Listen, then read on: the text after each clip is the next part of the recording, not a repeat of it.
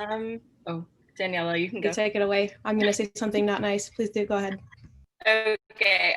For me personally, I have had a great experience. I know that Michigan State was predominantly a white school, which I mean, that's nothing wrong. Like I grew up in the suburbs. That's all I've known my whole life was just like one type of people around me, which is fine. But it's been nice to come here and see people from different states, different ethnicities, genders, national, everything is so different here. And I love that. And I feel like I've been accepted. Even the friends that I've made here, we always joke, we're like, wow, like we're all completely different, which none of us have ever experienced. Um, yeah, and just the diversity and inclusion groups that we have here, I feel very like welcomed, and our dean is so supportive of everyone. He's amazing. So that's just for me personally, but it's been good so far. So my comment is just that, unfortunately, veterinary medicine is a predominantly white profession, and you will notice it and you will feel it. It is really challenging. Your peers will say things that they don't realize is insulting or offensive, and you will have moments that make you really question who someone is. But that being said, we're really lucky to go to OSU, and like diversity and inclusion is really important for OSU. That's not the case at all veterinary schools. I've been to a couple diversity meetings, and some of the other schools, their schools just ignore diversity and inclusion, which is not helpful at all. So we're really lucky in that regard, and we do have a ton of diversity support, which is something a lot of people don't get when vet school. So we'll say that there's lots of racism in the vet world, and to be prepared to expect that no matter what school you go to, even the most magically diverse school, like you're going to experience it.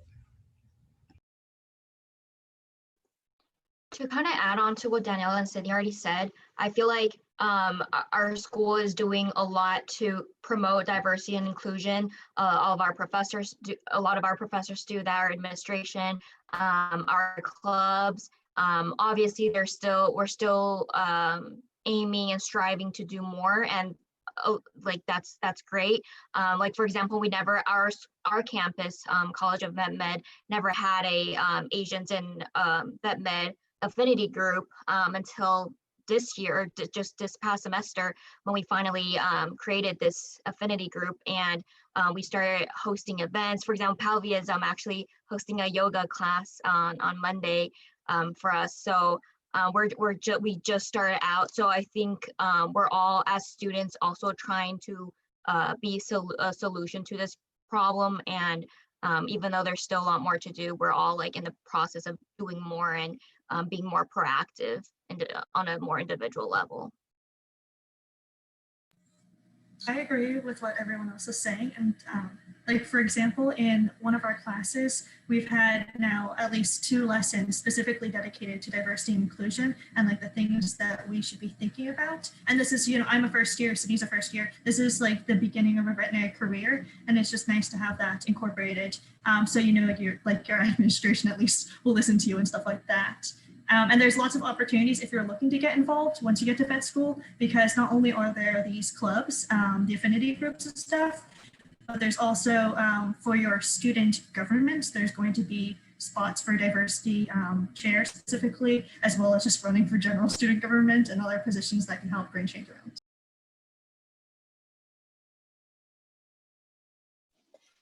I guess for me, my experience has kind of been like, at first it was a little bit shocking. I didn't really anticipate, you know, how it would be being one of the only minorities in the school. But after that initial kind of, okay, this is very much different from my experience in undergrad at OSU, where I was surrounded by a lot of people from my same cultural background.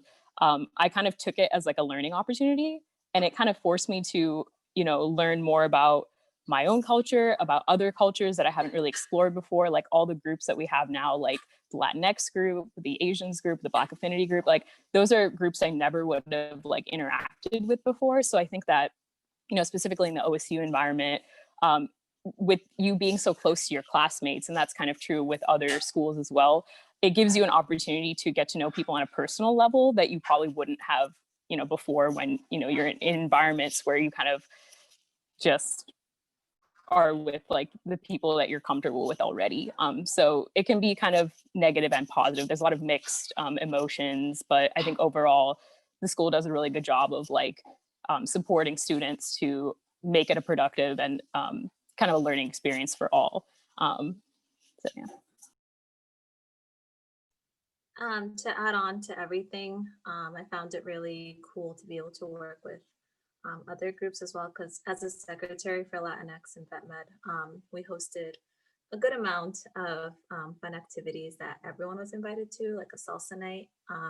And then I'm really proud of how this semester they're offering a Spanish terminology course to learn veterinary terminology in Spanish. So it's really nice seeing all the changes throughout the semesters.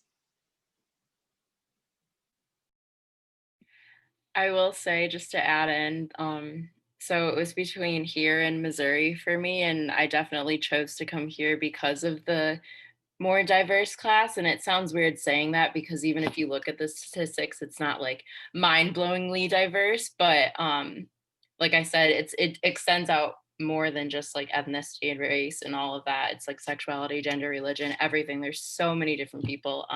And for me, like I just didn't get that elsewhere. And also the surrounding city. I don't know if we can talk about that, but like just the life outside of it is just different too. Better than the suburbs, in my opinion.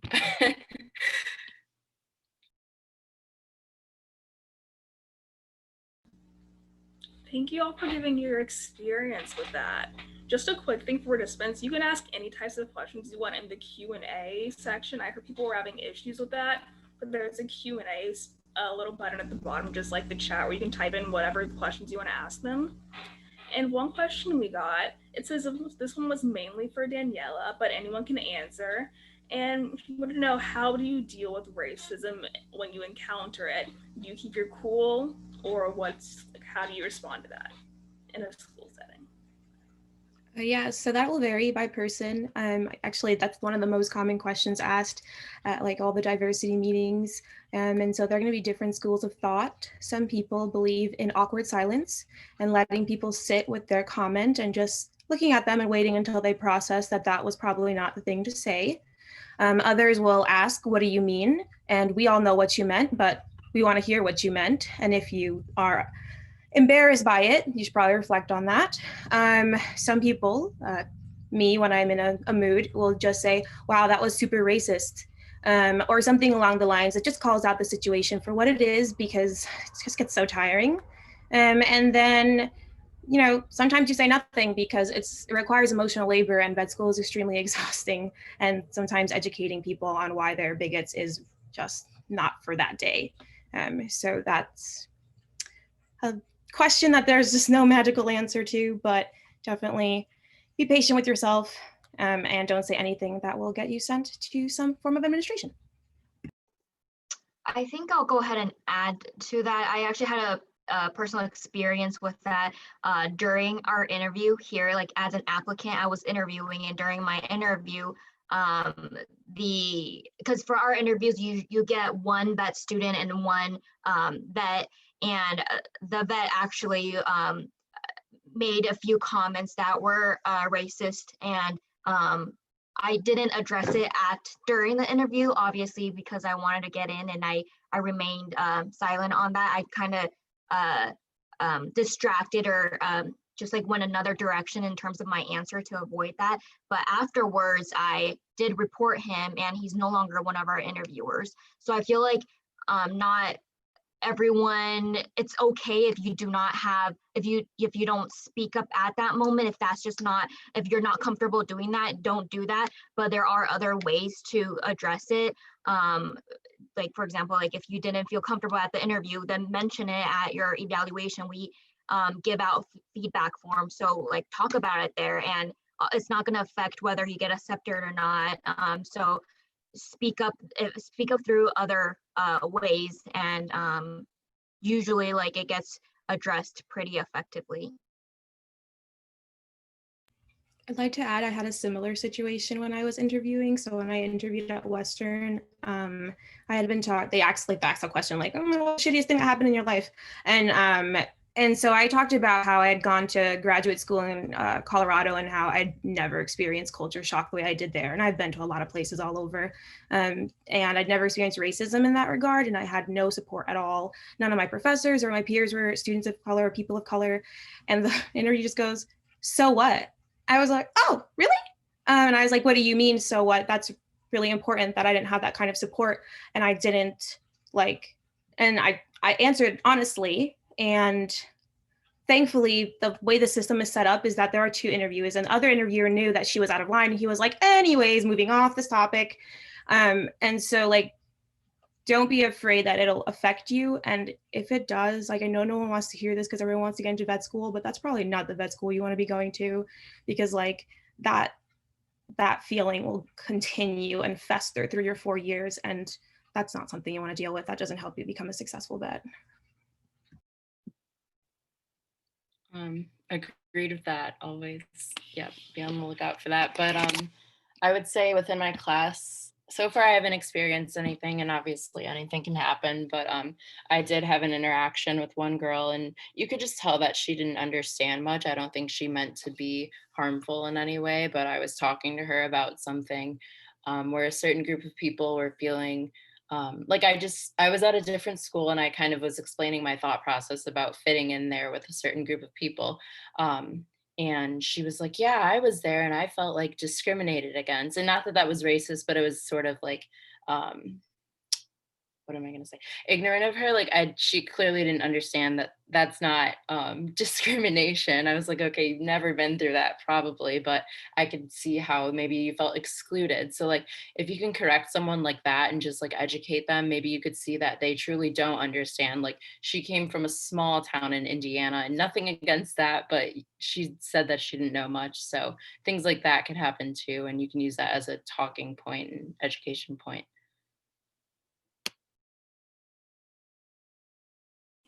Yeah, one thing I'll add too is I feel like I've had to really examine a lot of the things that have been ingrained in me in terms of just accepting a lot of the comments. And for me, fortunately, I haven't experienced anything very direct. It's all been kind of microaggressions. But for example, people pronouncing my name correctly, in the past, I've kind of just let it slide.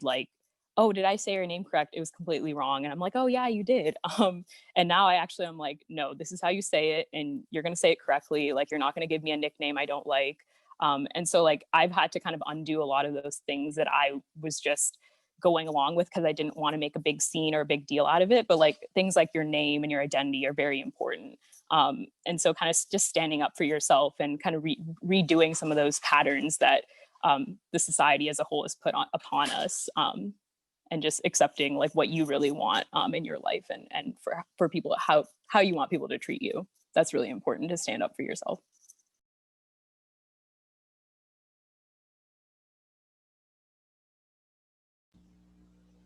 Okay, does anyone else have anything they want to add to that? Or I can go on to the next question. And thank you all for answering that and sharing.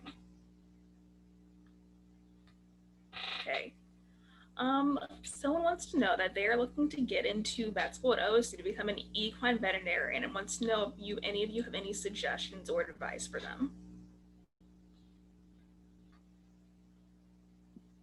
I know nothing. Okay, so not that I know nothing. I did take an equine class in undergrad, and it's interesting, but just not my style. But I will say that I joined the equine donor enrichment program here, and it's been really nice. You go in once a month with a partner, and it might be different because of COVID. I know nothing else.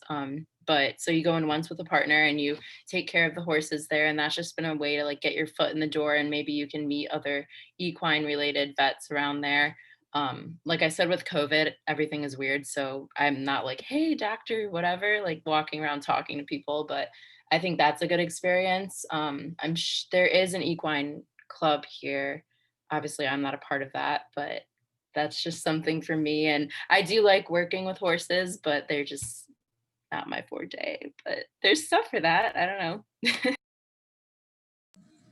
I second the Equine Donor Enrichment Club. I am not experienced with horses, but it's really fun and it's pretty low commitment. If you have a lot of time, if you don't have a lot of time, which you don't.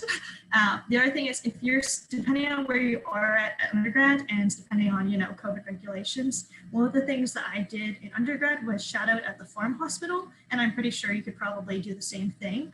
So if you wanted to get to know the doctors, at least see them and get their names and faces, you could try and do that if you have.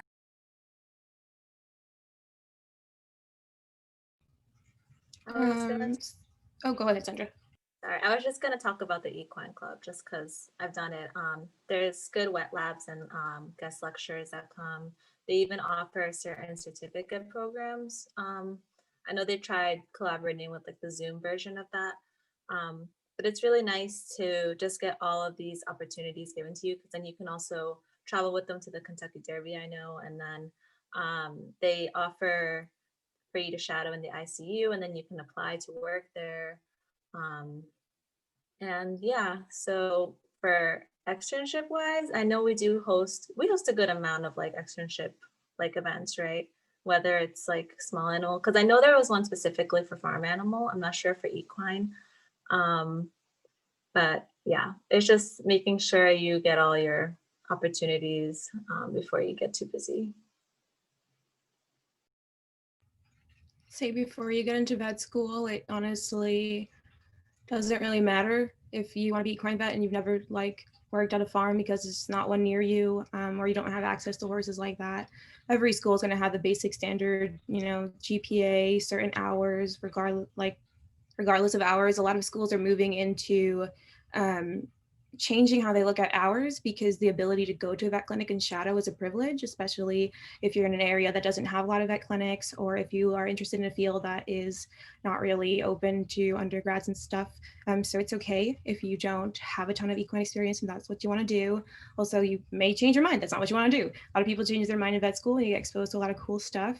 But I would recommend finding opportunities to speak to equine veterinarians and other veterinarians, because a lot of schools are going into the thought of interviewing and asking you like, what do you think vet med is? What do you think you're going to do? What do you think about vet med? And unfortunately, a lot of people do not realize how challenging it is to be a veterinarian. We do have the highest suicide rate for a reason. And being a large animal veterinarian has its own risks because those animals are huge. And I don't like horses because they're smart and they're capable of kicking you, biting you, stepping on you, like rolling on top of you. Like, I just don't need that in my life. So that being said, that's a whole nother risk that large animal veterinarians face, that like, you get bit by a little dog and it's a different story than if you get bit by that horse. So really knowing what you're getting into, because that's what they want to see at interviews. Like, do you really know what it means to be a veterinarian? Or are you thinking about your like shiny like image of what it means to be a veterinarian? Because it's like not sunshine rainbows every day, all day.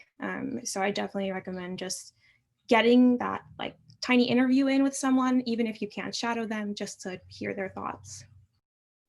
And if you're really determined to like get into OSU, we don't choose our career of emphasis until like end of third year, going to fourth year. Like, we're choosing it now. Now I'm saying, oh, I'm interested in small animal. Someone else is saying that they're interested in zoo med or whatnot. So I feel like kind of adding on to what Danielle already said, but just getting opportunities at different fields. Like, I understand that if you already know you're set on going to equine med, that's great. But also just like experiencing different fields, from small animal to large animal to farm animal. I think just getting more exposure in different fields really helps first, your application to stand out. Second, you'll have even a better idea of what vet med is. It's not just equine medicine.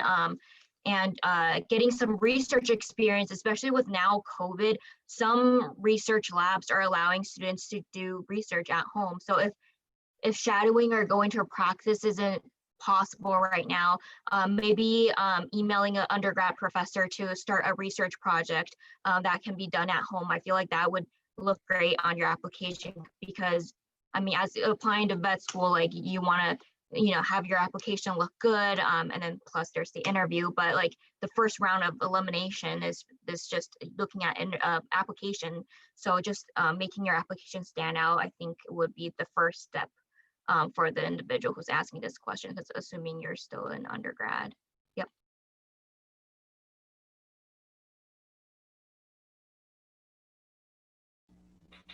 Thank you. The next question, someone says that they had a vet once tell them that due to their race solely it being an advantage when applying to vet school, which they found hurtful. And they want to know, how do you deal with people in positions of power that make you feel inferior to success in the veterinary profession? Would just like to comment that everyone forgets about legacy and how if your parents went to college, you have a better chance of going into college. And since colleges used to be for whites only, that is a perk we don't get. So for all that talk about inclusion and how the only reason you got in was because you were XYZ race or LGBTQ+, everyone just kind of forgets the privilege that comes with being white and going to college. And that's just considered like a thing that is. So that's just my thing. I get very upset when people bring up like affirmative action because like white people had affirmative action forever and a half. But anyways, that's just off my soapbox. Just gonna say that it depends how important that person is. If they're super important, you just skirt the conversation and put that in the back of your mind that you know what kind of person this person is. Fortunately, a lot of old white dudes run the profession, and so you can't really like tell everyone to F off when they're acting that way or be standoffish or even show any kind of like being sad about it, because unfortunately you could lose the opportunity in the future to hang out with that person, which is super sucky, but it is what it is. And just acknowledging that like you can think that all you want, but you have to be qualified to get into vet school. And the fact that you are a person of color that got into vet school and got really good grades means that you had to deal with more stuff to get to the same place that someone else got to easier. So like vet school isn't like, oh, okay, you're Black, you're gonna get in. No, there's a bar you need to reach. And then they acknowledge that you had different set of difficulties than your peers that aren't minorities. And so taking that into consideration because you had to work harder and get past more things to get where you are. So like people are going to think what they want, but you just need to know that it's never going to be the case that vet school lets you in because you're a minority. And I think same goes for I don't know. So me personally, I've never really had that said towards me, especially from a person of higher up. Then again, I did work for a Black lady, so like there's that. But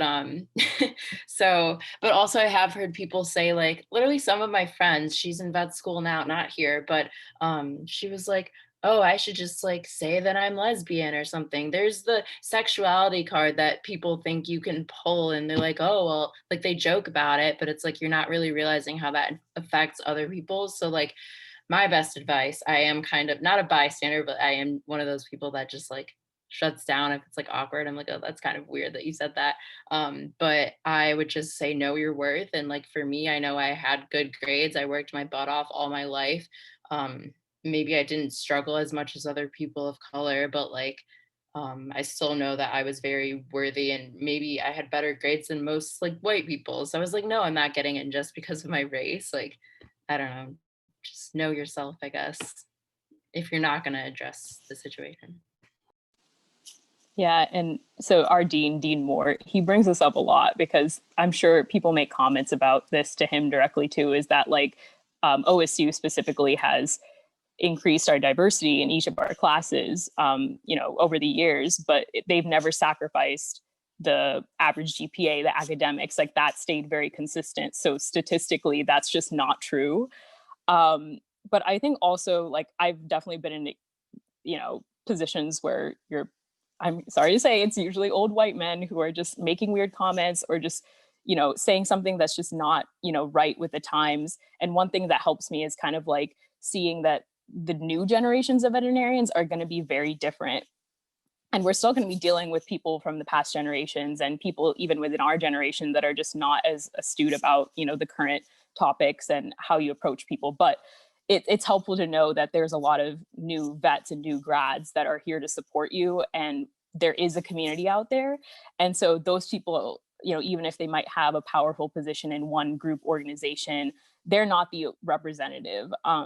And I think finding mentors who have similar background, it could be hard, but they're out there. And with all the affinity groups now, I think it's much more accessible to see leaders in the field who are like you, have had experiences like you, and kind of dispelling the myth that, just because you're a minority, you had it easy to get in or that you're not as qualified. So.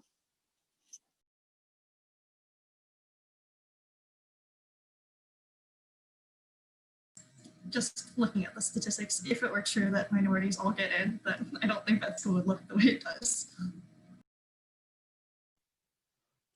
I was gonna add that also make sure you like keep record of it in your head and then warn your other friends about like what so and so has said.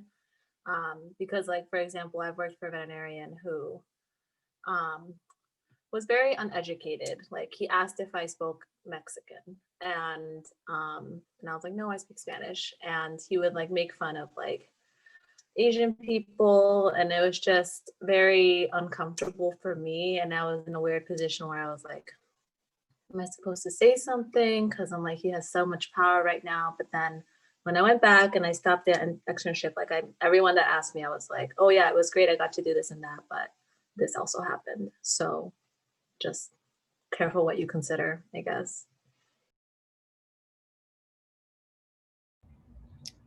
You will do a lot of code switching in veterinary medicine. I don't know if everyone knows what that is, but basically it's kind of like the way you communicate changes depending on the group that you're with.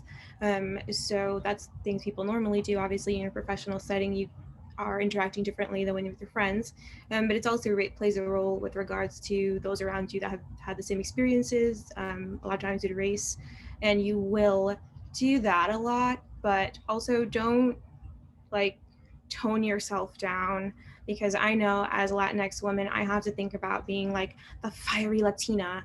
And it's a stereotype that you just like, I don't want them to think that like all Spanish people are like this. And it's like not your job to control what they think. Like, I'm an angry person for a lot of reasons, and it's not because I'm Latina. Like, and if that's what you think, that's what you think. And I'm not going to like dull it down and be plain because that's what I think I should represent as a Latinx person. Like, I'm not the representative of El Salvador. Like, I'm just a person in vet school, and it's not my job to represent anything else but myself. So don't be watered down for anyone, even if it's awkward AF.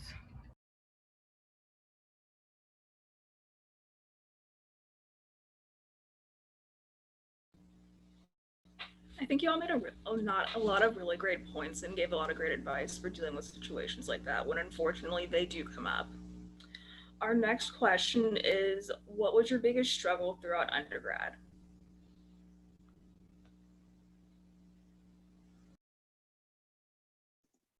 I can take this one. I feel like for me personally, it's grades. I knew I wanted to be a vet, but it wasn't until second to third year or junior year of undergrad that I realized that, oh, my GPA mattered. So first year I was all like, oh yay, parties and more parties. And then junior year hits, and I realized that grades in a way matter. Like obviously it doesn't represent your entire profile, and don't let that represent your profile. And at least for OSU, we don't just look at your GPA.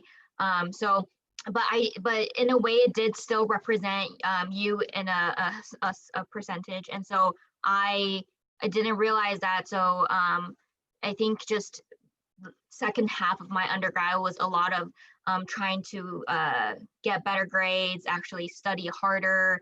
um, Obviously I'm not saying grades is everything, but also like you're working towards a career that is very academic heavy. At least in vet school, the first 3 years is all didactic. The academic rigor is no joke, and so I feel like doing well in undergrad and getting that foundation down is really important, and just you're building upon that in vet school. And a lot of obviously OChem, there's no OChem here in vet school, so thankfully that's over with, or physics, so that's good.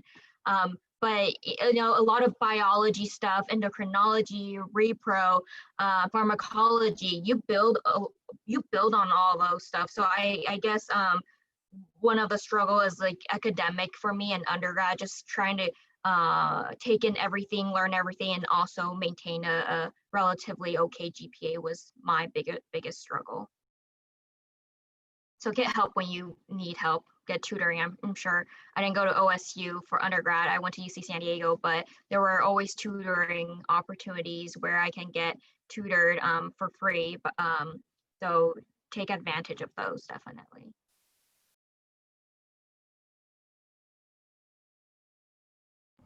I would say um, my biggest struggle in undergrad was my self-confidence. And because of that, like everything else kind of also suffered, including like academics. And it was really hard because I remember in undergrad, you just have this weight over you that you're like, am I going to get in? Am I good enough? And it's so much. And I wish I had learned a lot earlier in undergrad to like seek help for a lot of like the issues of anxiety and just, you know, the stress of school, and I also the social life in undergrad. And you know, I struggled with that too, and finding your place, especially at a big school like OSU. Like my first couple of years were really rough. um and so like, I guess in terms of advice for that, like I use the resources that are available. And I think people are talking about it more openly now, which is really awesome. And trying to find communities that you know, have people that understand what you're going through. And like, I think a lot of people, a lot of my friends in undergrad didn't understand how stressful it was applying to vet school. And just even finding someone who'll be understanding you, and if they're not going through it, like it makes such a big difference. You know, self-confidence is something that takes time to build up.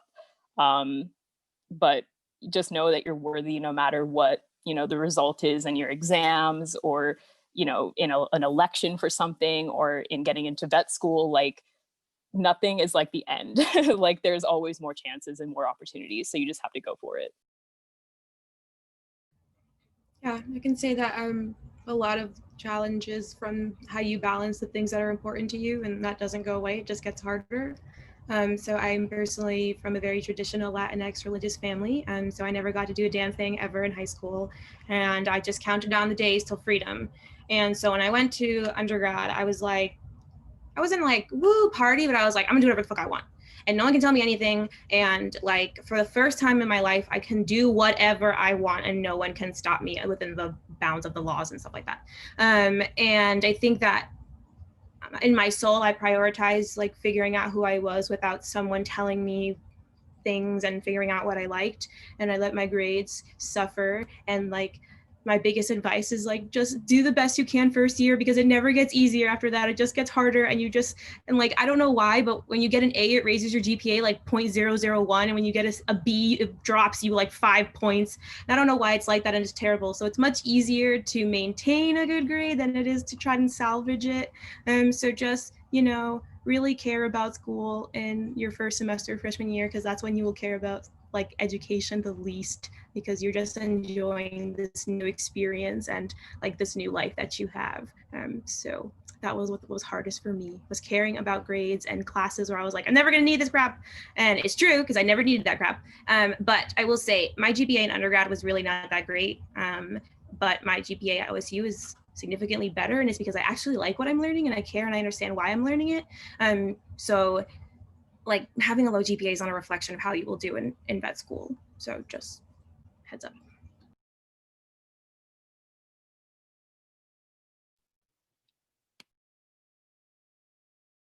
Oh, just a comment. I don't know. So at the beginning, me and my friends were like, let's live by this. We're like, pain is temporary, GPA is forever. We're staying up till the break of dawn, like studying, but we'd also be out partying. Basically, I kind of did that for all 4 years. I am different. Like I did get like better grades than most, and I don't know how. Um, but I enjoyed it, and I think I just kind of numbed myself to the pain. So I would say take a step back and like get sleep, get your mental health in check, like figure all that out, but still try to like get involved in other clubs and organizations and get animal experience or vet experience, but don't break your back to do it like I did. I mean, we're here now, so but that's just my advice.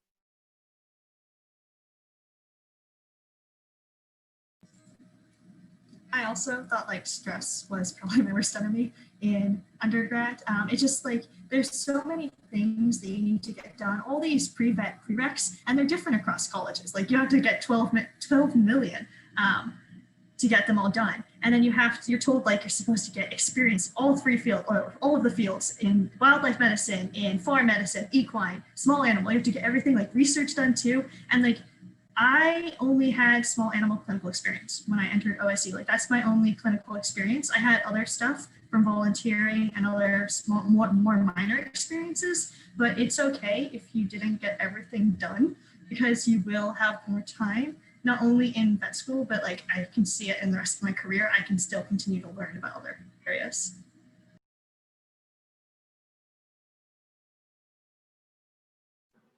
And time management is really important. So just build a foundation for that.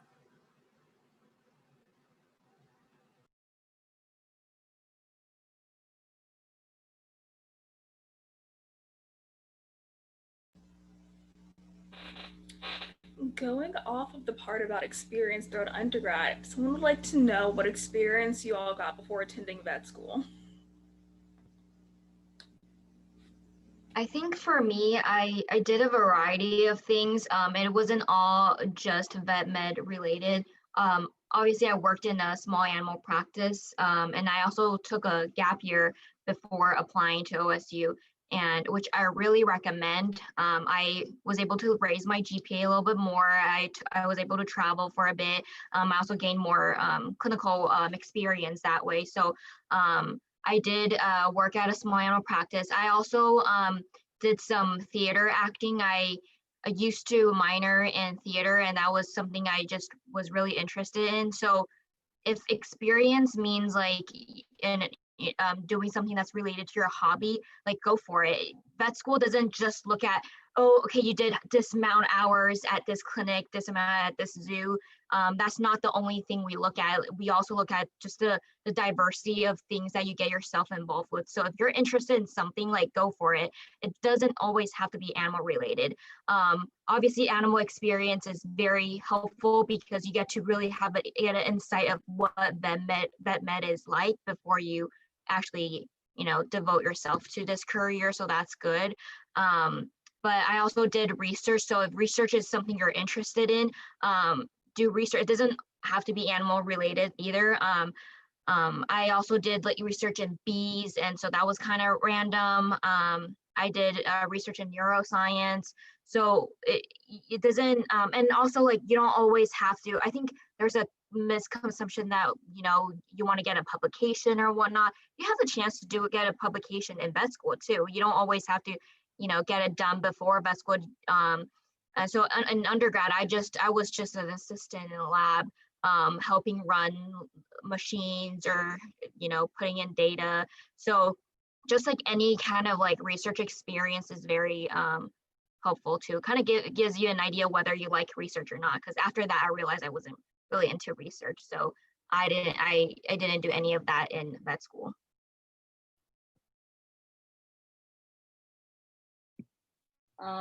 Okay, let's see. I barely did anything vet or animal related until like my second half, honestly. I'm lazy, so I never worked. Thankful, like I never had to, not trying to like, yeah, anyways, but yeah, never had to really work. I joined club volleyball for my first 2 years because I played for like 9 years of my life. So I wanted to keep that a part of my life. That was pretty big. It was kind of like my sorority slash Greek life because like I didn't rush or anything. But you could do that too. I had best friends who were in sororities. So yeah, sports, there's club teams, what's it called? IM, intramural or whatever. There's that. What else did I do? I taught kids Spanish like 3 days a week, super random, but that was my minor and that's also my passion. So I did that for one whole year, worked on the dairy farm for like half a year. Wasn't really my vibe with like all the hours and stuff. So I quit that. But and then like volunteering at animal shelters. I taught refugees English for the time being, and then COVID hit. So that sucked, but it was a great experience. Highly recommend finding something like that. I worked at a vet clinic for like 3 months, but she unfortunately passed away. That was in the summer. So there's that, but I would have been working there. I don't even know what else. I think that's like it. I was a TA, but that's because the professor just wanted my like spunk around and I didn't really do anything. And then from that, I got a research job. So like how it worked out for me, I don't know, but I'm here.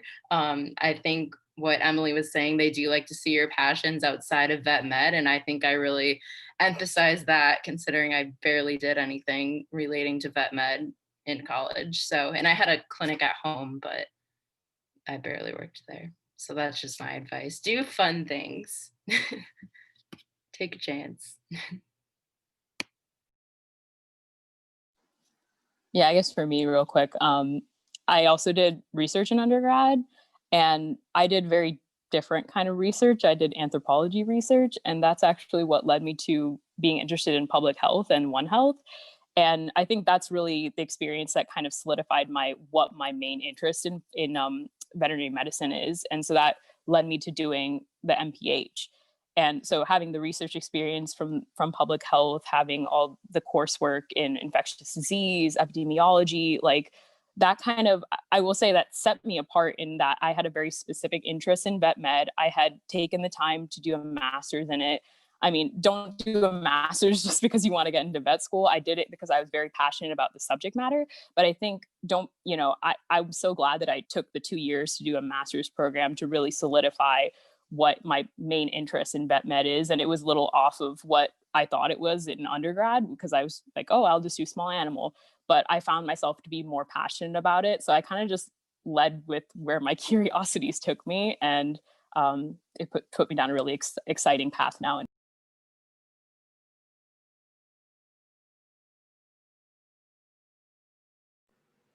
I was gonna add that I did the research and got involved in like a bunch of animal management courses that my college offered as part of the pre-veterinary department, but I also got involved with some international work. So I joined my professor and with a few of my undergrad students, we went to Peru and did some alpaca work there.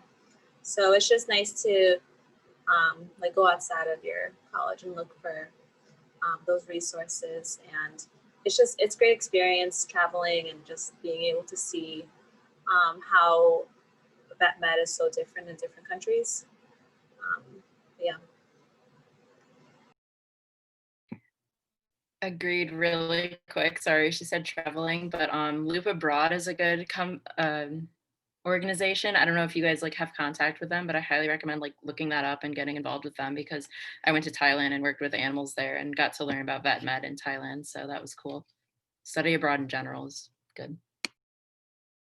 I think the more diverse or more varieties of things that you get yourself involved with, that's not necessarily vet med, could be vet med, could not be vet med. The more story you get to tell, the more story that you'll have in your book or life. So like when it comes to writing essays for VemCast, for example, the application part, there's just a lot of storytelling that like you're just sharing a piece of yourself there. And I feel like the more experience or variety of experiences that you get, the more stories you can tell, and you're not just like focusing on like the same story over and over again. And I think there's just more to tell in your essay, and it just makes your application stand out even more, and you become even more interesting and unique.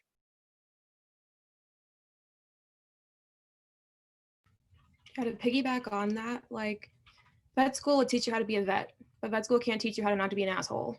And like that's part of why interview process is so important, because like if you have not gone and experienced other places in the world, other people will have an advantage over you because they will have that experience, knowledge, and they will learn from that and like learn from their mistakes and situations where they may have said or done something because it was new and now it's not new anymore. And so like working on your interpersonal skills is a big one too. That's why a lot of schools mandate like that class where you speak out loud. What's it called? I don't know, but you know what I'm talking about. Like you have to like talk and Public like give speaking. Thank you. And yeah, like a lot of schools require that because that's something that you need to be able to do regardless of what job you have in vet medicine. Like if you're going to vet school because you love animals and hate people, like don't say that in an interview, because that's like a big red flag and we won't accept you, because like vet med is working with people and animals are also there, but like it's working with a lot of people no matter what you do, like your clients, your coworkers, your support staff. If you're working a zoo setting, like the people, like the keepers and stuff. So definitely don't focus just on the requirements with regards to vet school and like getting those hours.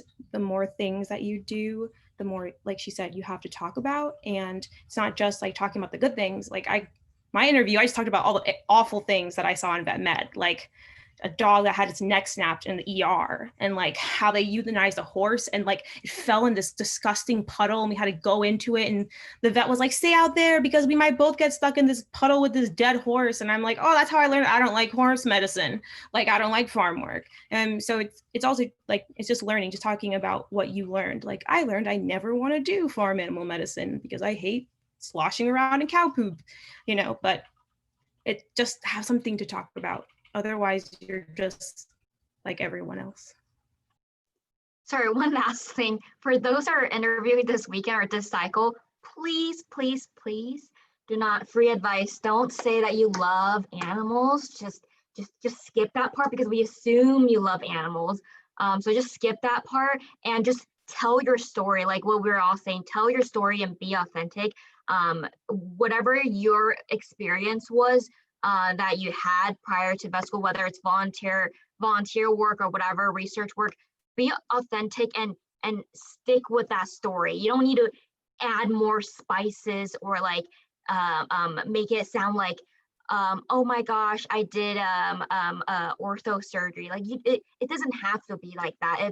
If you did a vaccine on a puppy, you can talk about that. It doesn't have to be a fancy a surgery that you did or whatnot. Just like be authentic and stick to that story. It doesn't have to be like so fabulous or like sophisticated for us to be like, wow, that was amazing, So just whatever experience, tell us your experience. This is another thing for the interviews. When I was prepping for mine, I know I get really nervous when I'm being specifically judged. So like I had prepared, like not like obviously on paper or anything, but I thought through my life and I picked out some experiences that I thought showed good examples of like leadership or compassion or things that like really made me want to go into veterinary medicine, and having those on hand made it easier when the nerves came. So I already had thought about things and I wasn't scrambling and it wasn't an awkward silence to try and get this answer out.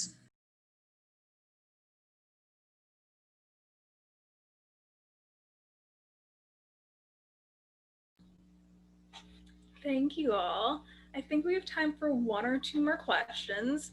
And our next question is, do you experience racism in the vet program more than any other place in your life? And what could a white person do if they're a bystander, if they're witnessing a situation like that to help you?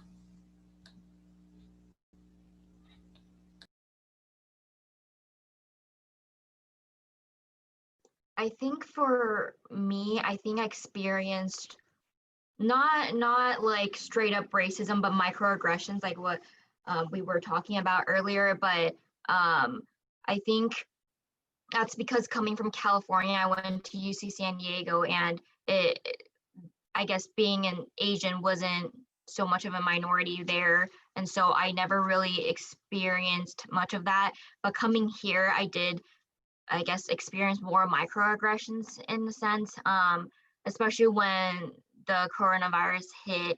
A lot of, actually, I think it was in March, was it? I think February, I was wearing a mask because I had a cold.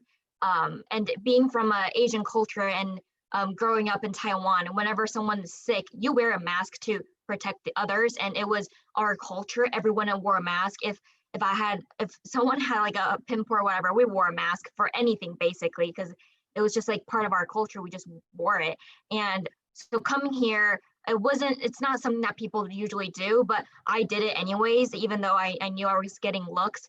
But I wore my mask, and I was waiting outside for I think it was a path lab that was finishing up, and I was just standing outside waiting. And as people started walking out of the room, passing by me, they all looked at me. I think it was at least 5 people who looked at me and laughed, like, "Oh, do you have the coronavirus? Like, oh, you must have COVID." And at first I was like, wow, to me that was like, I was kind of taken back, but people around me kind of was like, you're exaggerating, like it's not, like that's fine, like they're just joking. But to me it wasn't. And thinking back, I think I'd say it's a type of microaggression, because I was not comfortable with it, for people to just assume I had the Rona just because I was wearing a mask. And so, and obviously I'm Asian, and they thought that I'm exaggerating or being dramatic because I knew I was Asian, and that's why I had this feeling. And so I think just for people that are around you, whether they're white or they're not, like just kind of acknowledging you and telling you that, hey, whatever you're feeling, that's valid. Um, Instead of just saying that, like, you know, gaslighting and just kind of like downplaying, like, oh no, that was like, you're just being too sensitive or whatnot. I think just kind of acknowledging my feelings and how I felt would have been helpful, because afterwards, after like for one person who said I had the Rona, I actually like shot back and said, hey, that's racist. And when I said that, I actually meant that, but the other person was like, no, that wasn't, was it? And then like he looked and everyone was like, oh, no, you're fine. And he walked away and I felt bad. And so I even Facebook messaged that individual afterwards and said, I'm sorry. I apologized to the person who was expressing microaggression against me, because people around me was saying that, like, no, I was being too dramatic. And so after I apologized, like a few days later, I was like, why did I even apologize? I didn't feel comfortable, but I apologized because people around me told me that it was okay and I was being dramatic. So I think for people, the people that are around you, like just speak up and make sure that, like, acknowledge that person's feeling, like tell them that it's valid. And I think just saying that would have been enough for me. So yeah, that was my experience. Yeah, to answer the question of like how should a white person like step in, like by all means do, because I think Daniela brought up about the emotional labor that a lot of people of color have to do every day to like talk about issues of race and equality. And like it's just so important that it's not just people of color talking about this stuff. So yeah, if you see something happening in front of you, call that person out, say like, hey, that's not cool. Or like, if even if you're among company of, you know, just white people and it's like, or just people like you, like call people out for using certain words or saying a certain, you know, something that can be, you know, interpreted as racist, like call it out. And I think before you can do that, you really have to make sure you're educating yourself on, you know, what is the correct way to talk about people and to speak about people. And that requires a lot of internal work and a lot of examining like your biases, and everybody has to do that. So like making that effort, that's something not just white people have to do, everybody has to do that. And just continue learning and commit to that, and don't just put it off on other people. Following up with that, with regards to if we experience more racism in vet med or in school, whatever, you will find that the higher you go, the less people there are that look like you and think like you. And unfortunately, there are more people that will be challenging, you know, just with regards to how history goes and generational poverty and all those things. The higher up you go, the more white people there will be and the more non-white people there will be. And so I found more racism at my grad school than in vet med, but that could be a product of what school I went to. But in the rooms that I've been in, that I've been the only student, that's where I've experienced the most racism. It's when I'm the only one in the room, and that will happen the further up you go. And as with regards to what can a white person do, one, I would recommend that all people that categorize themselves as people of color but do have light skin privilege, I would recognize that you also fall under that. So I'm racially ambiguous and I fall under that, and I have to be aware of that as well in the moments where I'm like, oh, I'm like not being racist because I'm a person of color, but you can still be racist even if you're someone who like identifies as a person of color.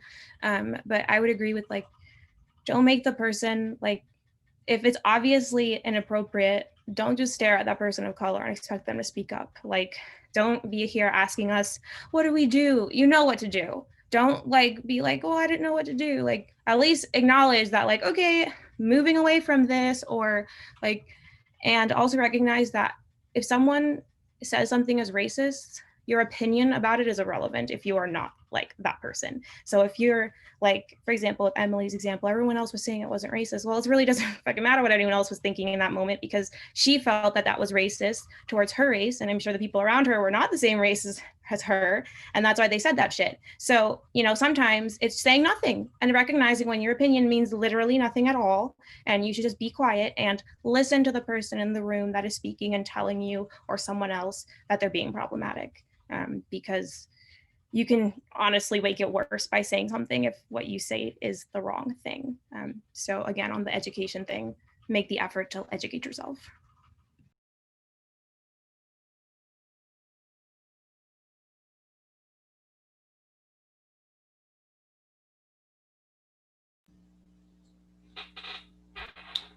Thank you for sharing that. If any of you, the panelists, have to leave, that's fine. I had one more question that I saw that I think would be good to ask. If you guys are able to stay to answer it. Okay. And this will be our last question. And someone wants to know, what was your path to vet school between like undergrad and vet school? And if someone doesn't get in the first time, what should they do?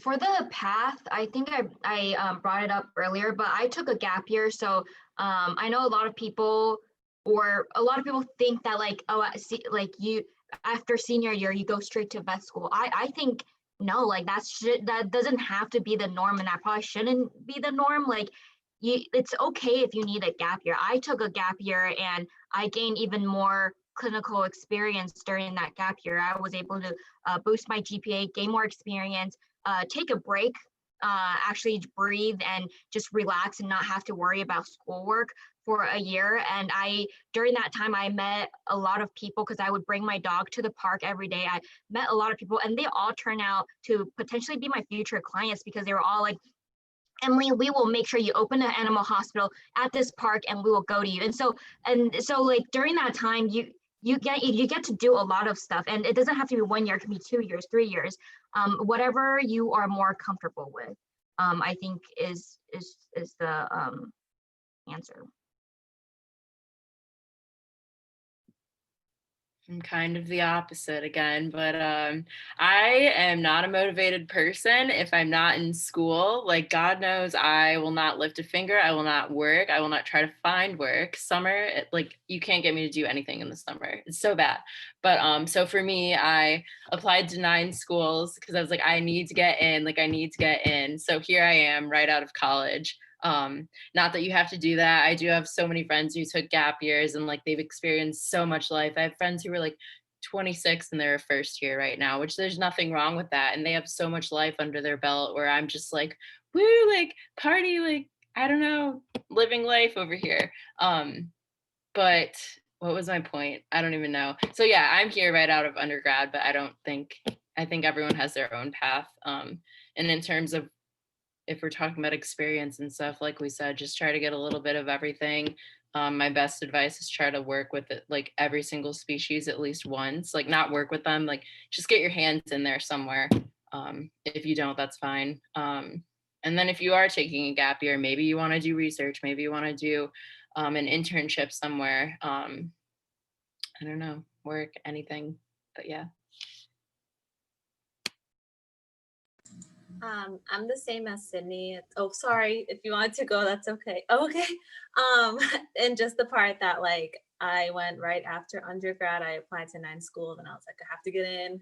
I'm young. I should just do it. And like, I'm not regretting it 100%, but I always wonder, I'm like, what would have been? And if I just took my time and like breathes and all that. So, but the path I decided to do like activity wise was made sure to each summer and winter I took advantage of my time during undergrad, and I did like zoo and wildlife and general small animals.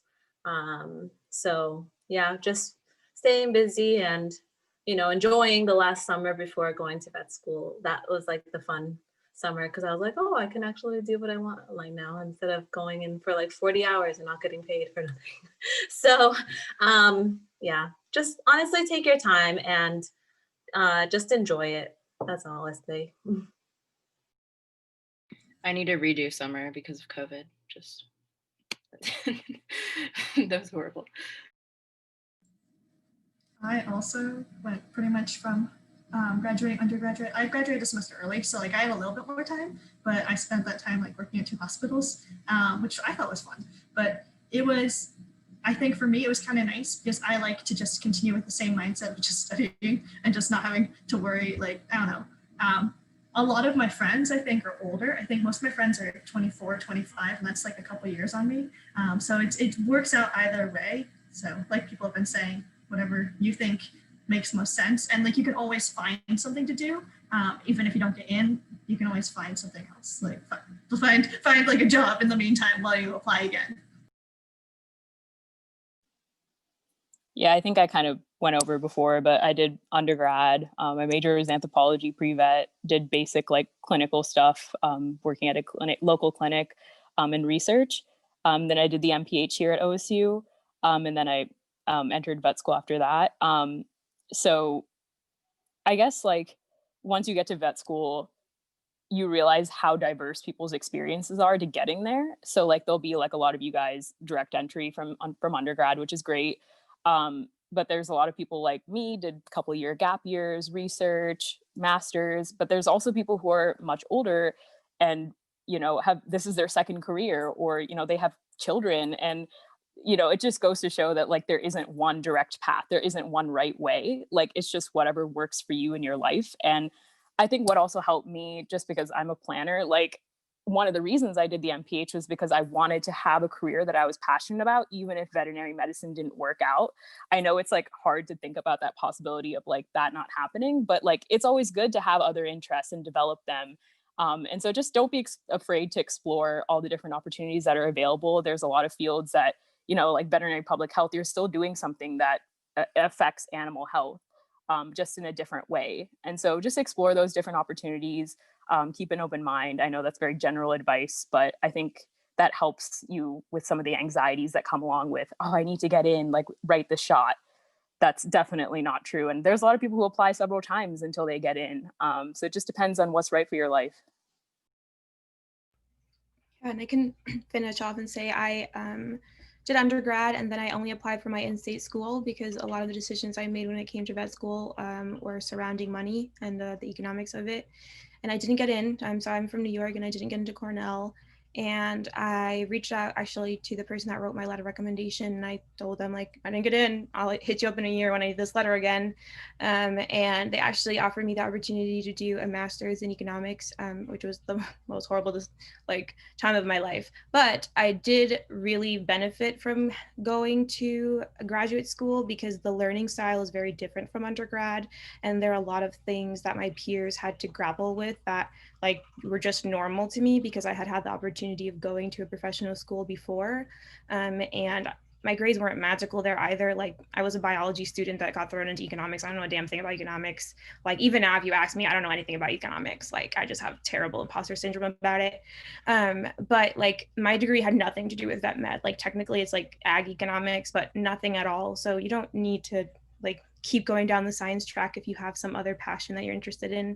Also, don't get a master's just because you think you need one for vet school. They're expensive. I only went because mine was fully funded. I would not have gone otherwise, because you will get into a lot of debt in vet school, and you need to be cognizant of that. Some people move to the state that they want to get in and get like in-state like residency, whatever, so that they are more likely to be accepted. Some people get a job. I think no matter what you do, you should be willing and able to talk about it, because at your interview, they will bring up these things. And if you're not prepared, then it's going to be real awkward. So if you choose to take a year off and not do a damn thing, that's okay. If you can say, like, I took a year off because I spent all of undergrad focused on school and not spending time with my family and not really learning about myself. And I think I needed time to decide who I was as a person prior to entering the career. Like, if you say that, they're gonna be like, oh, okay, yeah, that makes total sense. Like, just be honest about why you did it. Like, why did you do what you did? And there's no wrong answer. And if you don't get in the first time, most schools will talk to you about why you didn't get in. Like for me, it was obvious my GPA sucked, so I didn't really have to call them and ask. And also look at schools and be cognizant of like, yeah, try everywhere, but it's also expensive. So maybe don't pick the schools that you know damn well you're not going to get into. Like OSU's interview is like the majority, as a big, like what, 40% or some wild percentage of, like, they interview half the applicants. And so like that's a school where if you don't have the best GPA, you should apply for it. Some schools are moving away from the GRE. Some schools are like changing how they look at grades. And so like, look at what that school values and if that's what your application is strong in, because it's expensive and there's just no point in throwing like your hat in the ring when you know damn well that you're not going to get accepted, bro. Like, be real with yourself as a person. So for me, I was like, okay, I'm going to stop applying to these schools where I don't even meet the minimum requirement. And I applied to 12 schools the second time around and I only got into 2. So don't feel bad. And you will be successful even if all the other vet schools say that they don't think you will be. Sorry, can I just add one more thing? But actually it's like pretty normal for people to not get in the first round. Like the average is after applying for 2 to 3 times and then you get in. So, always have a backup plan. Obviously I hope everyone who apply gets in, but there's only so limited spots available. So just always have a backup plan. And a lot of our professors actually didn't get into vet school the first round. I've been asking a lot of our own professors who are now like specialists, the smartest of people, and they didn't get until the third time they applied. And they're like, look at how successful they are right now. And so just get more experience in the meantime, keep in touch with those who wrote your letter to rec and or work with them, keep working with them. And so just, as long as you maintain those relationships with people, just to apply again. If you really are set to do vet med, keep applying. If that means like 1 more time, 2 more times, then go for it. And I know it's hard, but don't get discouraged. And maybe try to review your application too, because maybe you think like, I don't know how much essays count, but maybe you think you're the best writer in the world and they aren't the best. I don't know. Everyone's different, but that's just also a piece of advice, is to try to get a file review if you do get rejected from somewhere and they do allow that, to go over it and see what you can improve on in terms of that.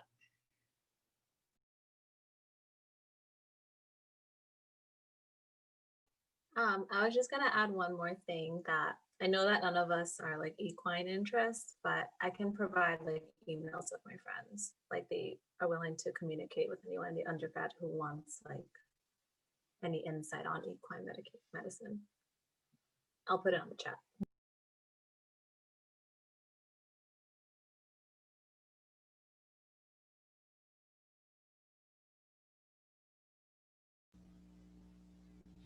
Okay, that's all we have time for. To the panelists, thank you all so much for coming and taking time out of your day to share your experiences with us. I'm really grateful that you guys were able to do this. To everyone in the club, thank you for coming to the meeting tonight. I hope you guys all have a great day and a great rest of your week. And just keep an eye on your email because we send out a lot of important updates in that email. But other than that, thank you for coming. You can check the chat. There's a few things in the chat if anyone needs to look at that. So we've provided links to things. And like I said, have a great day. Yeah, thank you and good night.